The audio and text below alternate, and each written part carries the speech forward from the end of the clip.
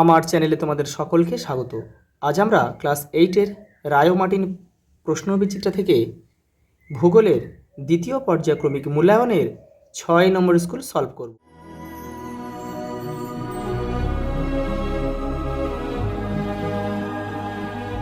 প্রথম প্রশ্ন দেখো, সঠিক উত্তরটি নির্বাচন করো। পৃথিবীর সমস্ত প্রাকৃতিক চালিকা শক্তি হচ্ছে সূর্য।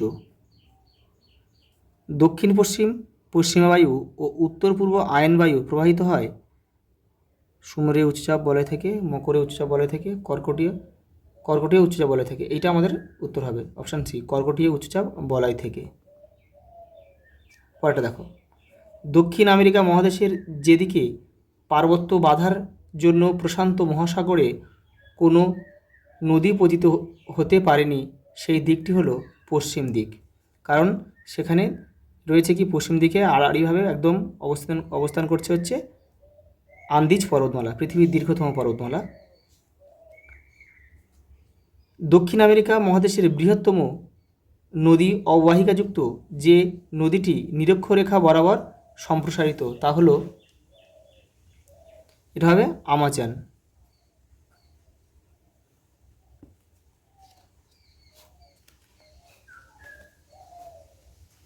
পরেরটা দেখো, পৃথিবীর যে অরণ্য অ্যানাকোন্ডা সাপ, ট্যারেন্টুলা মাকড়সা, মাংসাশী পিঁপড়ে, রক্তচোষা বাদুড় সহ ভয়ঙ্কর দুর্ভেদ্য কাঁটাঝোপ ও জঙ্গলে ভরা তা হলো সেলভা।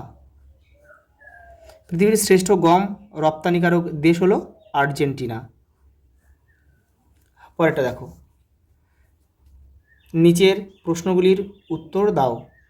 বজ্র বিদ্যুৎ সহ বৃষ্টিপাত হয় যে মেঘ থেকে তাকে কি মেঘ বলে? তাকে বজ্র মেঘ বলে। বজ্র মেঘ বা আমরা বলতে পারি কিউমুলো নিম্বাসও কিন্তু বলা যায়। এটা হচ্ছে কিউমুলো নিম্বাস মেঘ থেকে হয়। এটা কিউমুলো নিম্বাস মেঘ থেকে কিন্তু এটা হয়, থান্ডার ক্লাউড যেটা বলা হয়। সাধারণত মেঘের জলকণাগুলির ব্যাস হয় মোটামুটি কত মিমি বা কত মিলিমিটার? 0.02 মিলিমিটার। 1501 খ্রিস্টাব্দে কে উত্তর আমেরিকা আবিষ্কার করেন? এটা হবে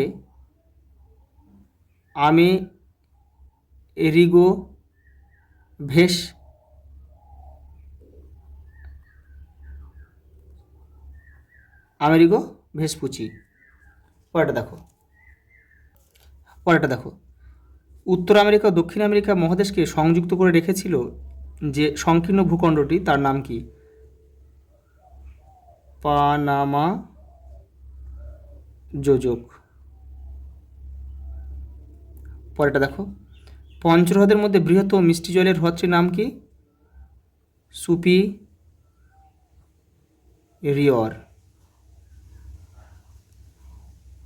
যে নদী উত্তর আমেরিকার দক্ষিণ দিকে পাখির পায়ের ন্যায় বদ্বীপ সমভূমি সৃষ্টি করেছে তার নাম কি?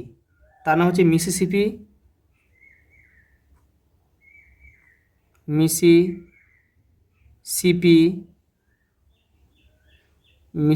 মিসৌরি।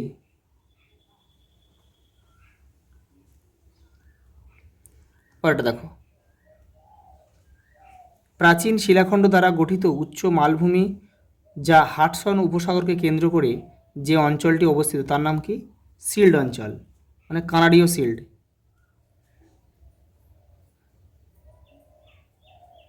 এই যেখানে লিখব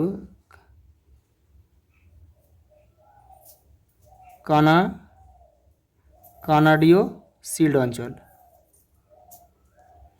পরেরটা দেখো, পঞ্চহ্রদ অঞ্চলে যে নদীটি অ্যাপালেশিয়ান পার্বত্য অঞ্চলে লরেন্সীয় মালভূমি অঞ্চলকে আলাদা করে দিয়েছে সেই নদীটির নাম কি? এখানে লিখছি সেন্ট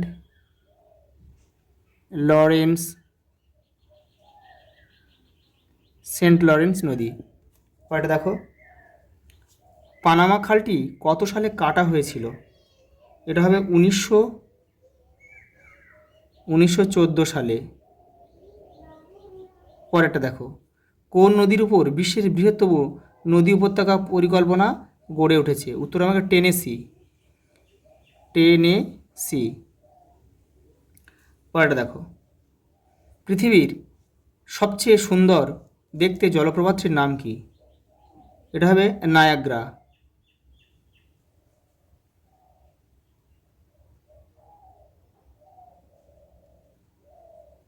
এটা একটু দেখে নাও যে নায়াগ্রাটা কোন নদীর উপরে গড়ে উঠেছে। এটা হচ্ছে সেন্ট লরেন্স।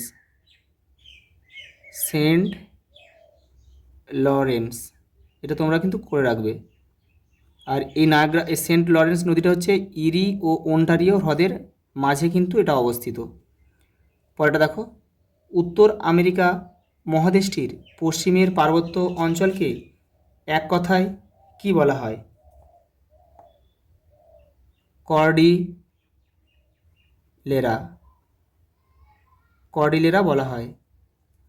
পৃথিবীর দীর্ঘতম পর্বতমালাটির নাম কি? আন্দিজ।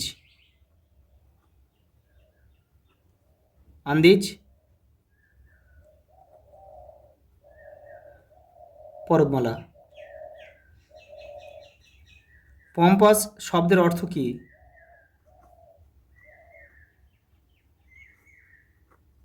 বিস্তীর্ণ,